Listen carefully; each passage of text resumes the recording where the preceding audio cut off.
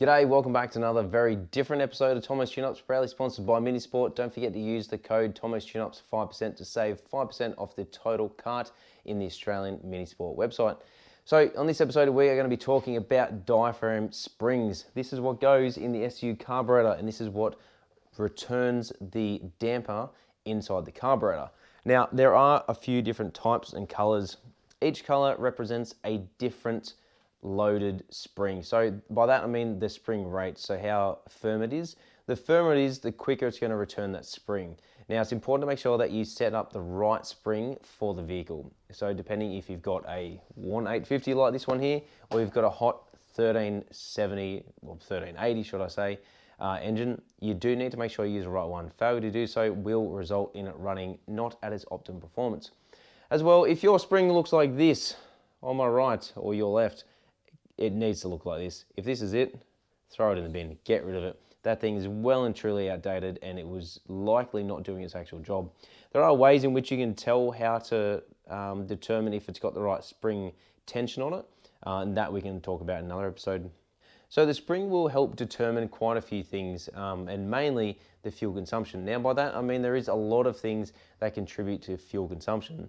Things like the right ignition timing, the right advance curve, the right needle, the right size jet for the vehicle, the overall tune, the spark plugs, the leads, the ignition system, all these things come into play. However, the way that this will determine your fuel consumption is the rate at which it returns the piston back down to the base of the carburetor. Now, as you put your foot on the accelerator, the airflow is coming through, you then open the throttle even further, that piston is going to rise.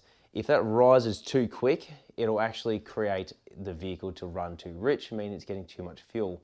If, for instance, it is rising too slow because the spring is too stiff, it is then going to be running too lean through the different rev range. Now, it's important to not only have your car tuned, but also have the right spring inside there to ensure the correct operation of the carburetor. You can just use David Vizard's Tuning the A-Series engine book as to determine what spring is going to be right to suit your car. But if you're unsure, either contact the guys at Minisport or a professional tuner who does carburetor tuning. And unfortunately, nowadays, the carburetor tuning is something that not a lot of people do, so it is quite a bit of a dying art. But it is important, just like anything else, to have the right parts fitted to your car, especially when you're trying to make the most power out of it and, most importantly, make it efficient. Yes, you can have your cake and eat it too with both.